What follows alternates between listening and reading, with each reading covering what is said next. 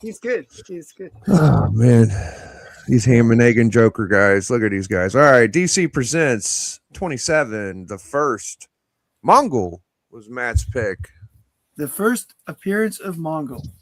Are we saying it right? Mongol, Mongol. Mongol? Yeah, Nobody really it's, Mongul. Mongol. Mickey. Mouse. Okay. So here we go. Here's the awesome cover. It's Superman and the Martian Manhunter.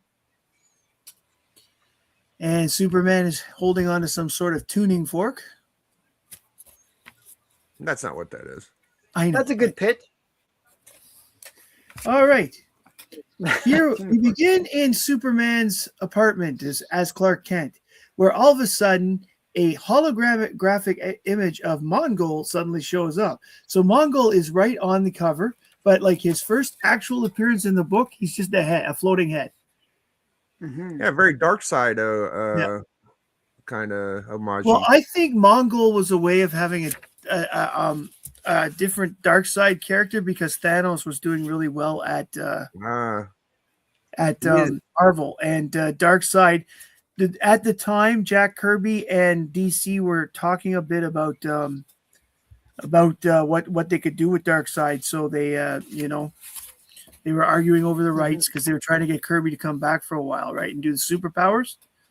So anyway, so Mongol tells him that he wants Superman to do something because he's stolen his friends and he's kidnapped his friends Steve Lombard, Jimmy Olsen, and I thought it was funny that was Steve Lombard of all characters. Well, probably because they didn't grab Perry White. Okay, sorry. Here we go. So Mongol and Superman have this conversation, and Mongol tells him, as I said, he shows him here that he's got the friends in one of his cubes. This cube, by the way, that he shows here, in most other Mongol stories of this time, he uses it for one reason or another. So he tells Superman that he wants him to go to a certain planet in the Cygnus system and retrieve a key. And Superman goes in his mind and goes, the Cygnus system, but that's where New Mars is. You know, so off he goes because he has no choice. His friends and girlfriend are kidnapped. So off he goes, and as he approaches the fifth planet of the Cygnus system, and by the way, New Mars is number 4. So he's seen by somebody over here. This is hard doing it this way. I'm going to have to do it the way you guys do it next time. Yeah, I'll make you big. Hold on. Hey. Okay. So, and then you just see this green face. And sure enough, Superman goes around the entire planet and finds that there's literally just this one structure on the entire planet. And as he approaches the structure, he is approached by the Martian Manhunter, who says to Superman, "You can't go in there." You know, but why not? I'm just going to get what I came for and I'm going to leave. And thank you. You know, it's good to see you kind of thing.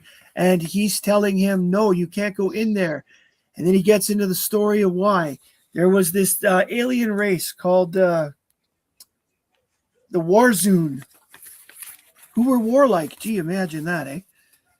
But called the Warzone. And they fought and they fought. And then they ended up building this artificial satellite, the Death Star. I mean, Warworld. And Warworld became this weapon that could travel everywhere, and it was covered in nukes. As you can see here, it's showing the travel in the top corner there, and all that.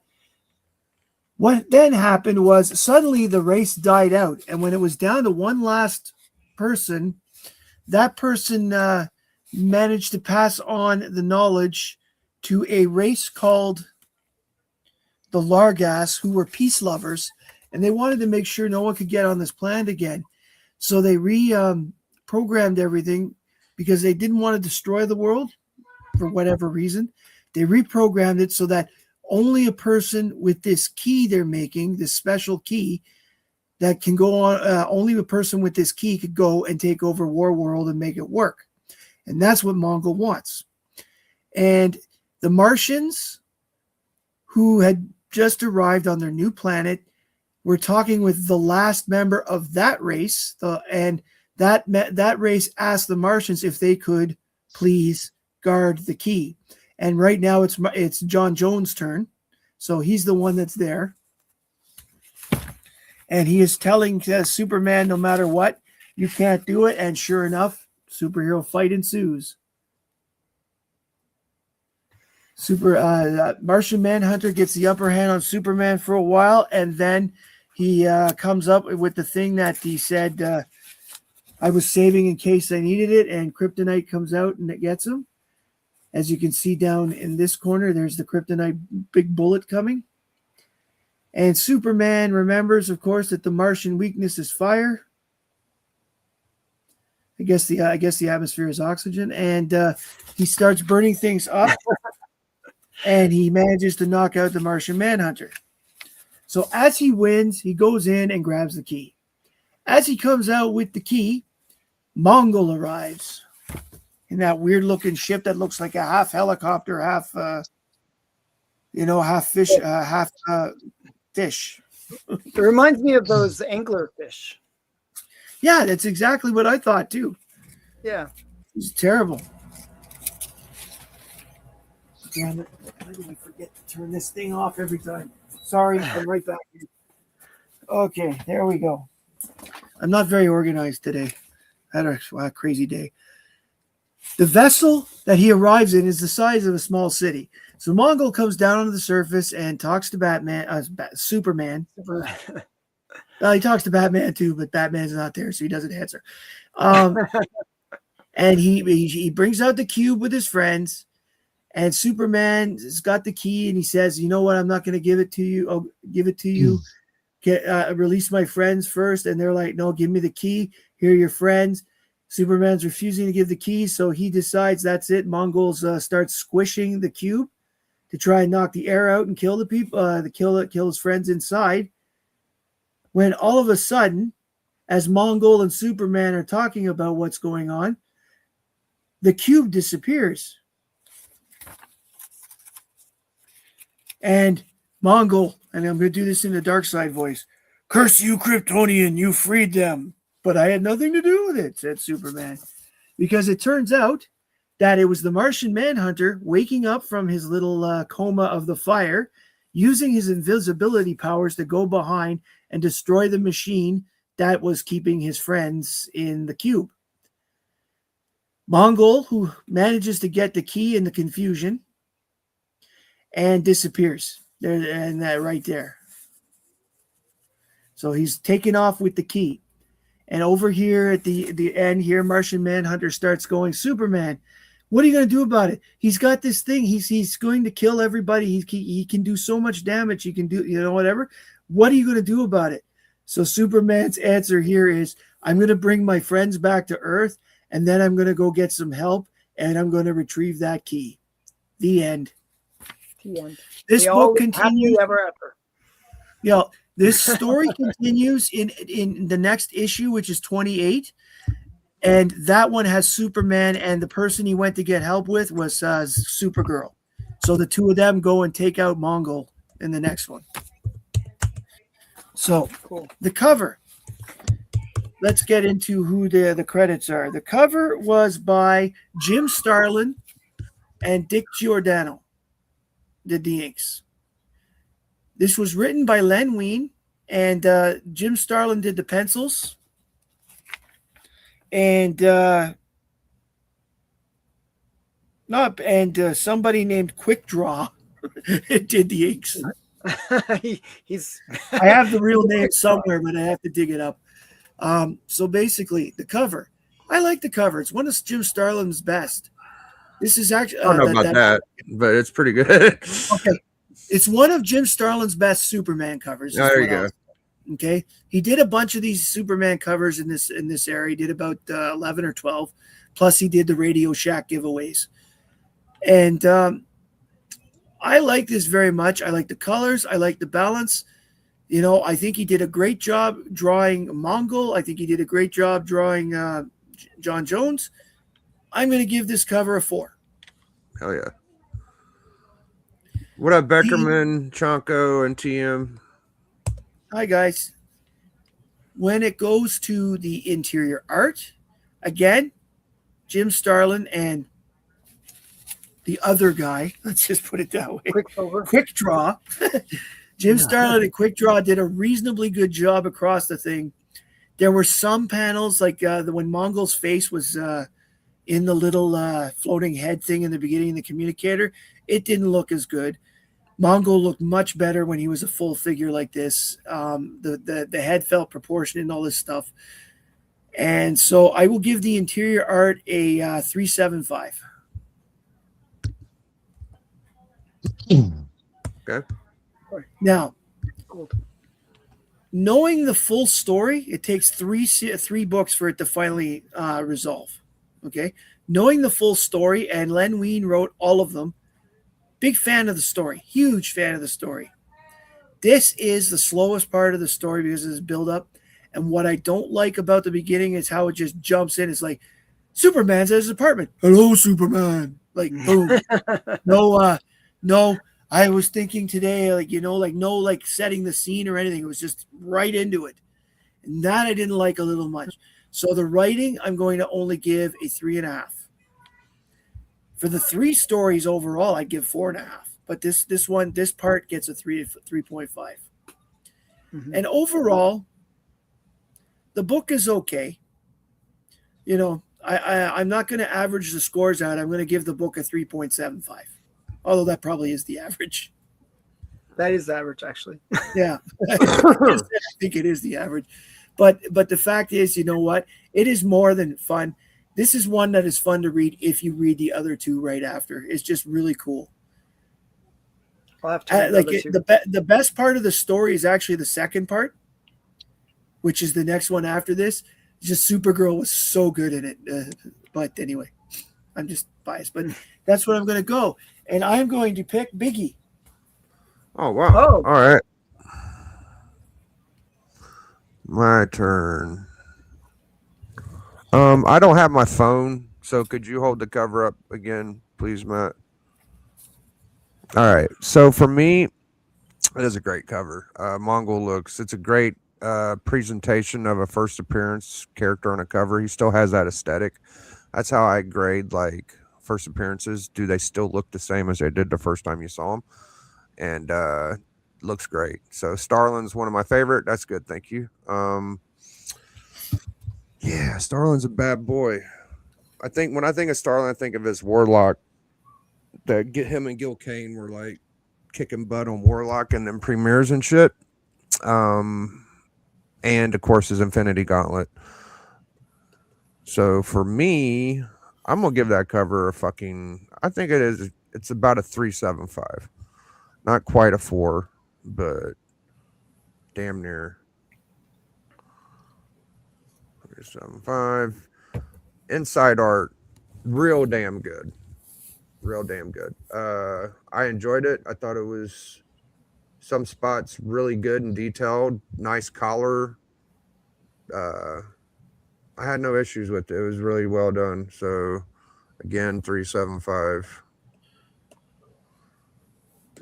Story, not bad. Cool little first appearance. I always find it interesting how like super bad guys just know, let me fuck with Superman. I've come to fuck with you, Superman. I took your friends. Come bring me the shit I can't get myself. Kind of deal. I don't know why Mongol didn't go for it himself. He probably knew he couldn't get it. Well, what I didn't say, but it is in the story, that John Jones tells Superman that Mongol has tried before and even has tried before and was defeated by him. That's why he needed Superman to go get it. Mm-hmm. Actually, he does say that I beat you before and I'll beat you again, kind of thing. Yeah. Oh no shit. So Martian Manhunter has fought Mongol and stopped him. That's why he had to get Superman, because he said, my computers say basically, that you're the only being that can beat this guy. So, wow. Mm-hmm. All right, that makes me like it a little bit more. I assumed that's what it was, but I must have read it and fucking knew it somehow. All right, so I kind of don't like the trope where the superheroes. I wish that Superman could have unless I missed it, did Superman didn't like explain why he was doing it? He just kind of said, "Fuck it, you gonna stop me?" No, he Let's did go. He say, said, "I need to save my friend." I must Yeah, have you did missed that tell him. part. But like He said he Superman was let coming to himself get be his friends blinded. and shit, because I didn't see that part. Yeah, Superman let himself be blinded by the fact that Lois and Steve and Jimmy were captured. That, you know, like, I have to save their lives. That he got the key. He didn't think about I don't think he thought about the potential ramifications of him getting it, because he didn't have the full story until he talked to the Martian Manhunter. Anyway, Yeah, it's just silly. They always fight. I don't know. It's just still a trope, even if he did tell Yeah, me. it is a trope. It is a trope. But they want to Um, get the hero fighting each other, right? I'm gonna go 3 on the story. And overall, 3.75. I thought it was a fun fucking book. I'll go 3.5. 3.5. All right, and I picked D. Hey, I'll just get into it. The cover I liked. I thought I gave that a 3.5. Interior art I liked just as much. I also gave that a 3.5. I think it told the story really well. There weren't a lot of things in there that were like, whoa, amazing, but it never took me out of the story. So I enjoyed it. The story, I kind of liked. I liked the little moment where like Superman like doubted himself. He's like, damn, did I do the wrong thing? And I like it when Superman becomes fallible like that. I don't want him to do the wrong thing all the time. He did what he thought was right in the moment, and I'm sure eventually it works out. he But does make up for it in the next 2 issues.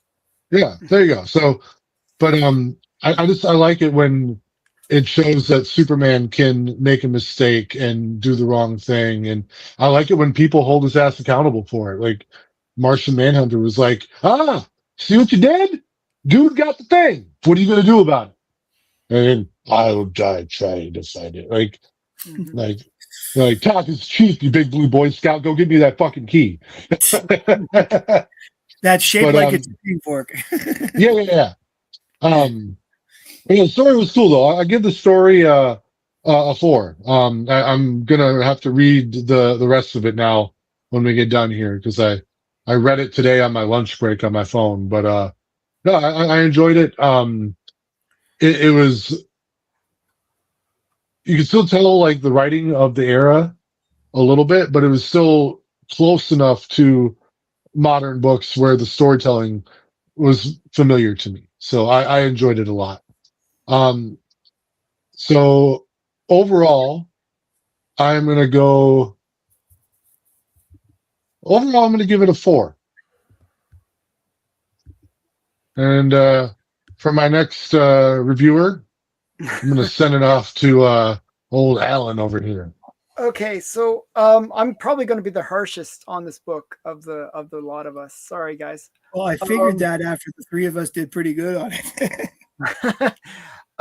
So things that really bothered me when reading this was what was with Superman's attitude. I always see Superman as being this wholesome, kind of like school, like Boy Scout, like the typical nice guy, no attitude, no ego, just a really nice guy. Like that's the way I picture Superman. That's my Superman. This was not my Superman. He had an attitude. He was like, it's my way or the highway, or it's like, it was like very odd. I would have, like, Superman would have been the negotiator. He would have said, hey, Martian Manhunter, we got this thing. At first he seemed like they were going to do that, and then it's like, well, you're not willing to do it my way. Well, okay, then I'll do it my way, and I'll beat you up if you're in my way. I really think that to counter that, I think that they wrote him that Superman was really worried about his friends. No, I get that. Yeah, I feel the same way. I didn't sense that he was worried about his friends. I just sensed that he's like, oh, you took my friends?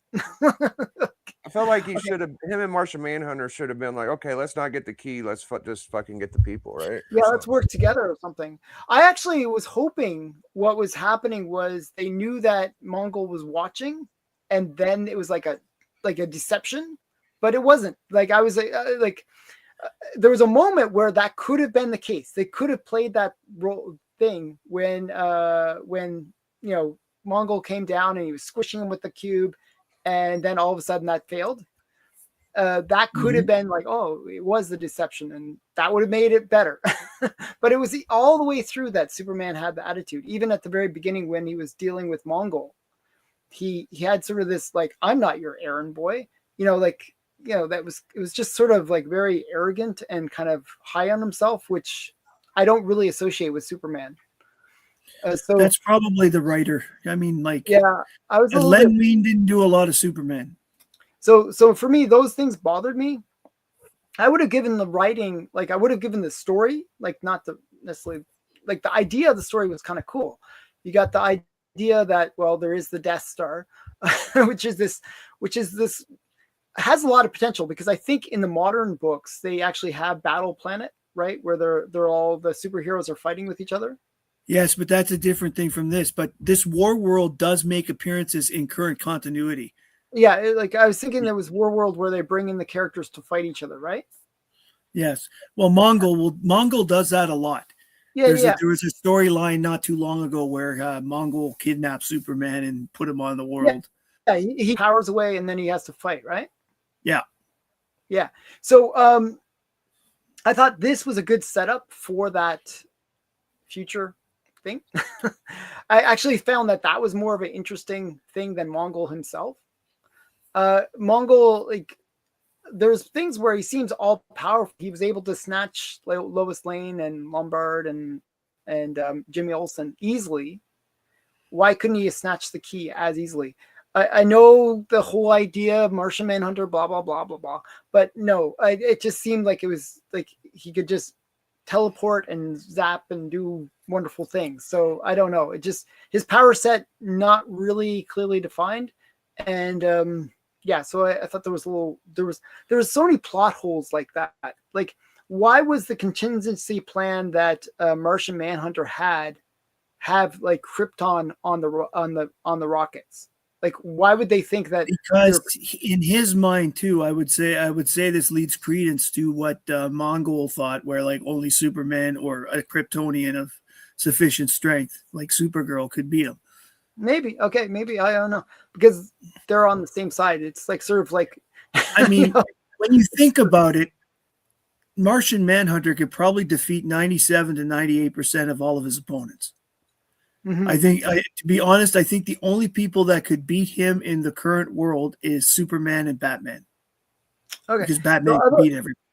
Yeah. So the other thing that bothered me was, Superman was supposedly trying to protect his friends, yet he, in theory, killed Martian Manhunter by dumping him into the fire. That is lethal to Martian Manhunter, by the way. He didn't kill him though, did he? He's still alive. He didn't kill him.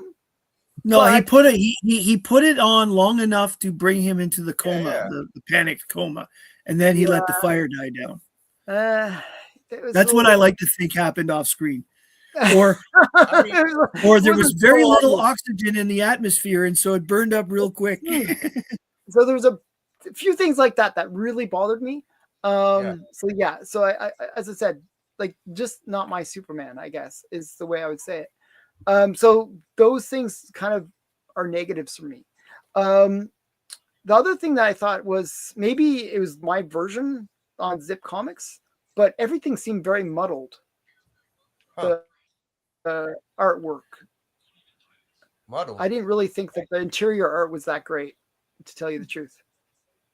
Okay.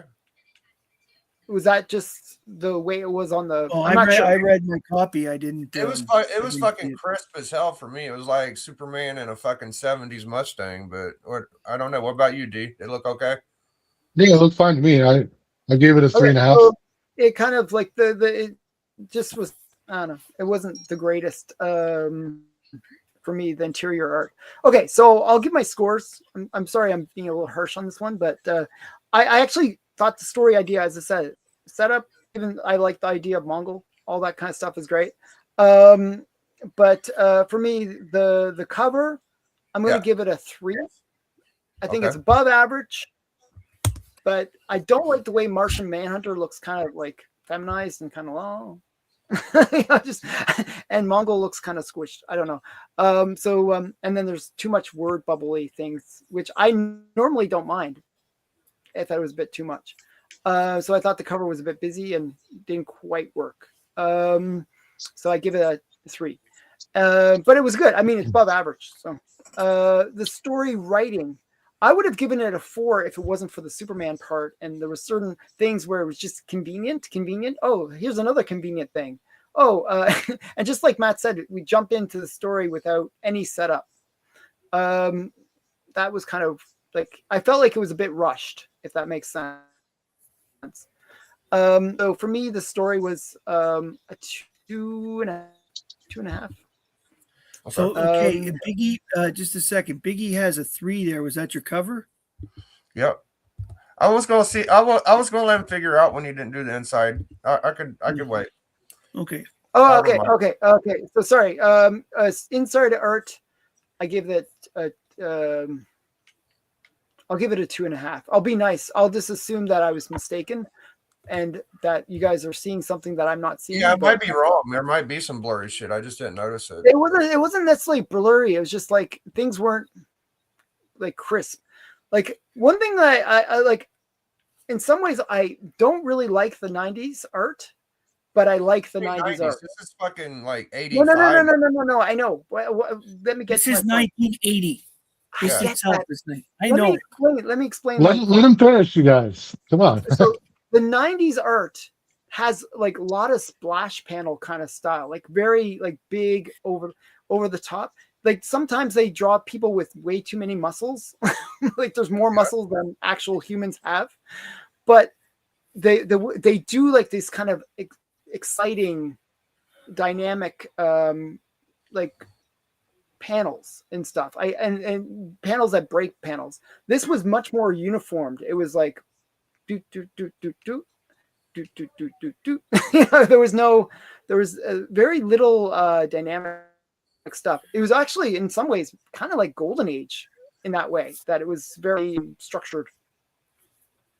And I thought that unlike the Golden Age may not be the finest of art, but what it is very functional, and it kind of you know what's going on. Like there was a scene where Superman is basically teleported into the middle of space, and he's like, "You got to go to the fourth planet of the new," like all this kind of stuff, right? And it was just like he's in space all of a sudden. He was teleported there.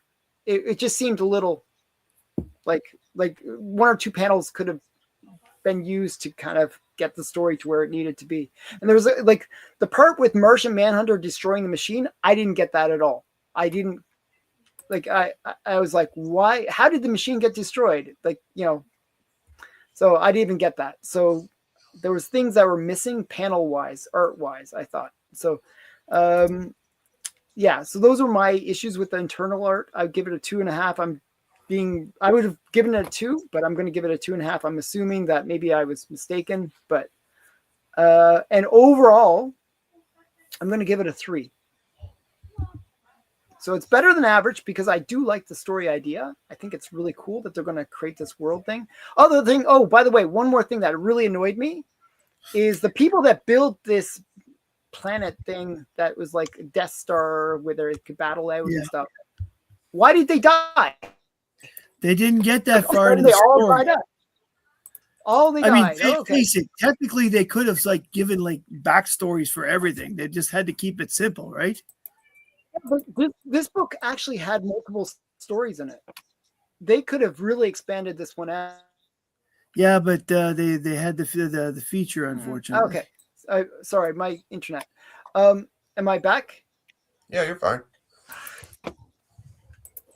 Can you hear us? Okay. So every time I try to make a point. Yeah, I can hear you guys. So I think it would have been nice if they kind of expanded the story out and give it a bit more of the backstory. and I thought it was a bit quick in terms of that. Yeah. It felt very rushed. I can see It that. was I very did. quick read though. I wasn't in love with the story. I didn't think it was it was kind of like No. we've read this before, you know. hmm Shouldn't be doing that. So I'm sorry here to be for so it. harsh. Actually, I think it has a lot of potential though.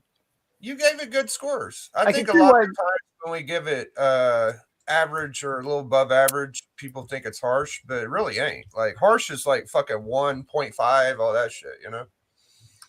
Okay, Yeah. so it came out to be 68.1%. It's slightly below the center. But what I find it hilarious is around 4 of my other choices. Sorry, Matt. Oh, it's funny. That's what Well, happened. Couple, this is where we get together and do our overall discussion on the book. I thought I recognized Lynn Wine's writing before, so I looked up. He actually did 20 to 25 Superman stories. So he's really? wrote, Was that high? yeah, he's wrote a few. And I don't know how many Jim Starlin Superman books I've read. Did he do the insides too? He did the insides on this one and on a few others, but I mean, for the most part, Kurt Swan did the work, the regular work at this time. Yeah, it was pretty The regular refreshing book. to me. Like This book, though, they brought in a lot of other artists and a lot of stuff because this was the third Superman title at the time, and Kurt couldn't do it all. yeah, maybe they wanted to try some new shit out too, you know, like Starlin was a bit of a up and comer, I would guess. This was around when they started bringing Gil Kane in. So this is 80, what, 82? You said 1980. 1980. That's why when you said like 90s, I can art, sense that they are trying to compete with Marvel with Thanos. I can feel that. yeah, with this Thanos, one. I don't know what year Thanos came out, but yeah, it was 20-cent book. Thanos I is think. like in the 70s. Okay, Yes, but Jim Starlin was probably when did the Infinity War come out? 85 Not sure. I'm Somewhere. not sure either. or even later. Because it was It's certainly probably like around this, there, yeah. this was November 1980, and so that wasn't around then. Here, I'll look it up. For my next pick, I'm going with a fairly new one. Okay, let me look this up before I say when did Are you gonna do Dork? it's a new one, yeah, it's gonna be fun. It's kind of controversial. You want to guess what it is? Deadpool. 1991, Oh, it was Infinity War? Infinity Gauntlet. Wow. Yeah. Wow. Okay. All right. Any guesses on my new controversial book? Oh, well, there was one where the writer got kicked out. That's not it. The DC one. Yeah, maybe. I don't know. Maybe kicked out. I can't remember. Anyways, You can't get those books. They were completely what canceled. book was it before I say it? I don't know. I Deadpool. believe it was Daredevil, wasn't it? Oh, okay. Maybe. I think that you're right, but I think you're guessing wrong right now. So, No, Batman it was like, yeah. Go Batman ahead. 81. Batman Annual. Yep. Oh, is that the microwave one? No, No. no, this is the one with the white supremacy. Oh, okay. This is what, Do you have Batman a 81? picture of it? Batman Annual 1, Absolute Batman Annual 1. This is the I'm book see- that, so Absolute Yeah, Batman this was is the one I'm talking about with the police, where the police that's get. what I thought you, that's not, see, I thought you were right. You just said Daredevil. It threw me off. I was trying to guess. I forgot who it was. Yeah, I knew it was DC, and then I was like, Daredevil's wrong. That's wrong. Did I have a fucking baby in a microwave? No, that's something else. I was thinking. Something Okay, else. yeah, it was the guy got fired, I think, that wrote it. That's why I It thought was you a were girl. It was a woman that wrote it. right. Okay. And then she had something about cops killing themselves too. It's like Yeah, she said some wild shit and got took off the DC or something. Yeah, so her thing was she was saying stuff about Charlie Kirk. That was Oh, her. that's right. Yes, that was the one that was Red Hood that got the Oh, book. fucking Red Red Hood. That's the one I was trying to remember. All The right. first issue came out and they recalled it and they canceled the series immediately. What's cool about this book that I picked, besides all that other controversial shit, is that Absolute Batman was like a $30 book raw. Mhm. The whole time it was out. Then this book came out, and people really jumped in. It went from being like a 30 to 100 to a $200 book raw, because I feel like this annual, and it's not the same writer that's writing the Absolute Batman, so it's just interesting to me. So I said, fuck it, I'll pick it. Mhm. So let's go around the horn. For me, tomorrow night we're going to do the Hot 5 Commandments, me and TM Nerdy. And Friday night we'll be doing Collector Club. Oh, TM got some scores in too. Let's see. Cover 3.5, story art, inside art 3.25, story 4, overall 3.75. So he liked it too. Thanks for reading it. Appreciate you. And that's about it. Feel like there's a new show coming up. I can't remember what it is off the top of my head. If I remember by the time we end, I'll whatever, you know. So let's go to Matt. Well, Friday, I'm hoping to be on both of your shows. Last Friday, I got too tired. I was just, I barely could, I was in bed 30 minutes after Alan's show was done. Yeah, I was really rough after my show. All right, man. But next, this Friday, I'm hoping to be on both shows.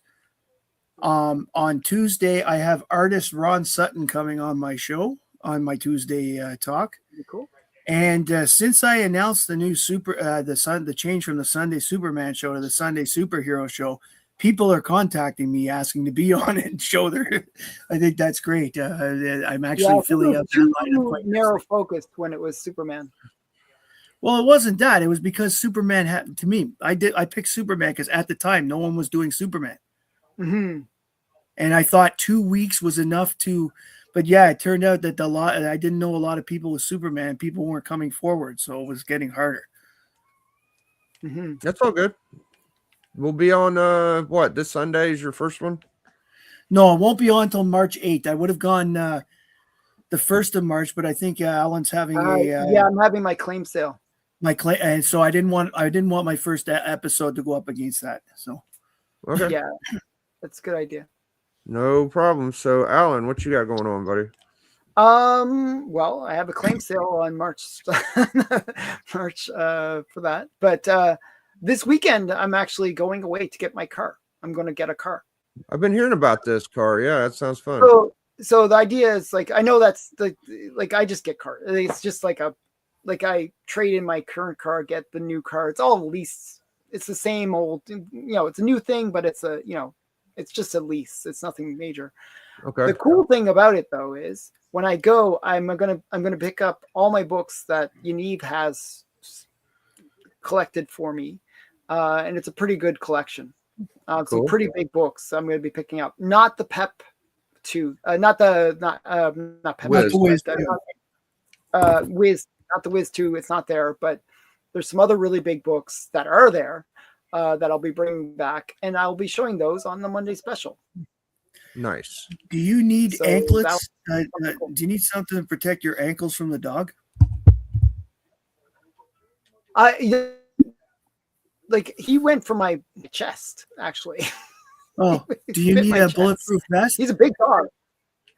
Yeah, I don't know. What do you mean? I Do you need go one of those to- like is- outfits that Where the fuck is I go to his parents. His where- parents' house. They have a whole bunch of dogs, and Oh. he has this one dog that really likes the taste of me. So every time I go there, like it's trying to get to me. It's trying to eat me, basically. Okay. So other than that, it's okay. I Cool. mean, they're nice people. I mean, his parents are nice. It's just their dogs like me a bit too much. They need to take care of their damn dogs. Put your fucking dogs up, people. Yeah. What up, dude? Hey, you know where to find me? That's right. All right.